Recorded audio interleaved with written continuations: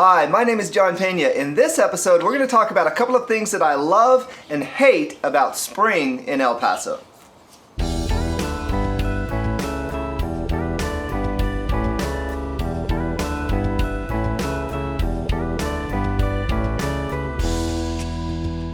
Hi, my name is John Pena of Pena El Paso Realty Group. If you are looking to buy or sell a home in El Paso, please consider reaching out to us.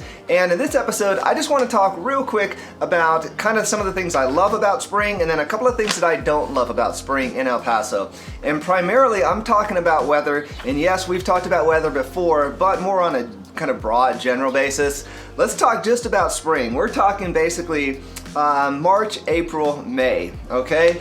And if I might, let me start out with a little story. So, Leah's father and wife are visiting. Now, they live in northern Minnesota.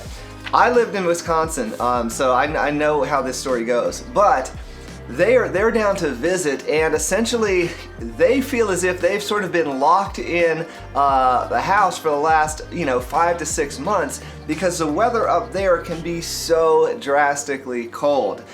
If that is your life, then you know what we're talking about. When I lived in Wisconsin, sometimes, March, it was still cold. April, still probably cold. Maybe it was getting nice. And then in May, okay, usually it's starting to get nice, right? But it feels like winter is like never ending. It's like it's never going to end, right? It might have started getting cold back in September, October, and now it's like November, December, January, February, March, April, and it's just like, ugh, okay? So, seasonal affective disorder, right? This plagues a lot of folks in those types of climates. And so what I do love about the springtime in El Paso is the weather. I mean, it's unbelievable. So let me prove it. So here are some screenshots of the weather app that I took like 5 minutes ago. So currently right now in El Paso, now it's about 7:30 in the morning. This is a great time of day. It's gorgeous, the birds are out, it's beautiful. So it was about 56 degrees, and that's just a couple degrees above the low, which was about 54. Today, the high is gonna be about 80, okay? You can see that essentially we had tomorrow is going to be a high of 80, Monday 79, Tuesday 81. But then it's going to start getting hotter, right? Come like Wednesday, Thursday, Friday, it's all the way up to 90 already. So what I've been trying to talk about is how in El Paso, springtime is almost like other people's like early summer. If I would have had this type of weather in Wisconsin in April, I would have been shocked, right? I would have been like, summer is coming early, because that is exactly what it feels like. The great thing I think about us though is that basically every springtime is feeling like, early summer to most folks in other climates. Air quality, pretty good right now. Air quality is something that I do want to talk about in the future because in the last episode I talked about water. Where are we going to get our water from?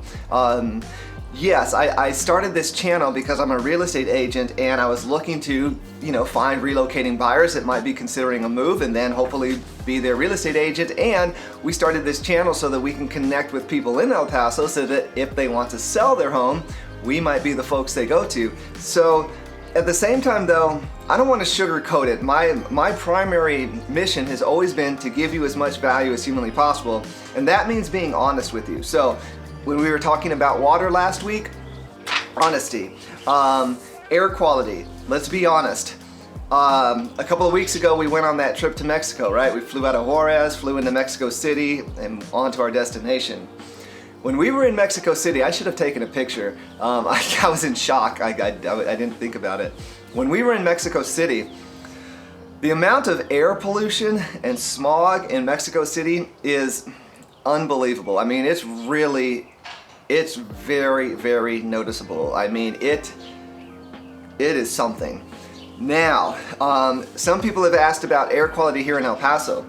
In Juarez, just a little bit that way, sometimes the air quality is not that great. And if we get winds that are strong enough from the south, well, guess what? It's gonna blow that air into El Paso, right? Now, I would not say that that's a common occurrence. I guarantee you I'll do future episodes about it. But what we do have, and this brings me to what I don't like about spring, what we do have in El Paso in like kind of March, April, it seems to be about the worst, is it's windy season. Some people even go as far to call it monsoon season, which I think is a little bit of a stretch, but fair enough. Basically, in March and April, it gets windy. You know, weather patterns are changing, and if the wind, gets going, we're in a desert, right? So what's gonna blow around in the desert if it's windy? Dirt, pollen, more dirt, more pollen. So that's not very pleasant. Is it necessarily unsafe? I don't think so. Yesterday it was pretty windy here, and now today already we've got air quality of good. I should have checked yesterday when it was windy, and I will. But it's more of an inconvenience, and just kind of makes everything kind of dusty and dirty. You know, your car's going to be covered, it's going to be dusty and dirty. If you, which we sometimes do, if you leave your doors open because the weather outside is great and you're like, oh, there's a nice breeze, the weather's unbelievable, but it's windy, well, guess what? Dust is going to blow into your house. So those are just a couple of things that I kind of love and hate about weather in at least springtime in El Paso. But honestly, I'll take a couple of windy days for this type of weather in, March and April any day, because I've experienced the other side of it, having lived up north in some different types of climates. The other thing, you're like, well, there's other places that have nice weather in March and April. Yeah, you're absolutely right. Florida. We most recently came from Florida. Right now in Florida, it's probably about the same temperature. Here's the difference. Right now, I think the humidity is about 28%, which is pretty high, actually.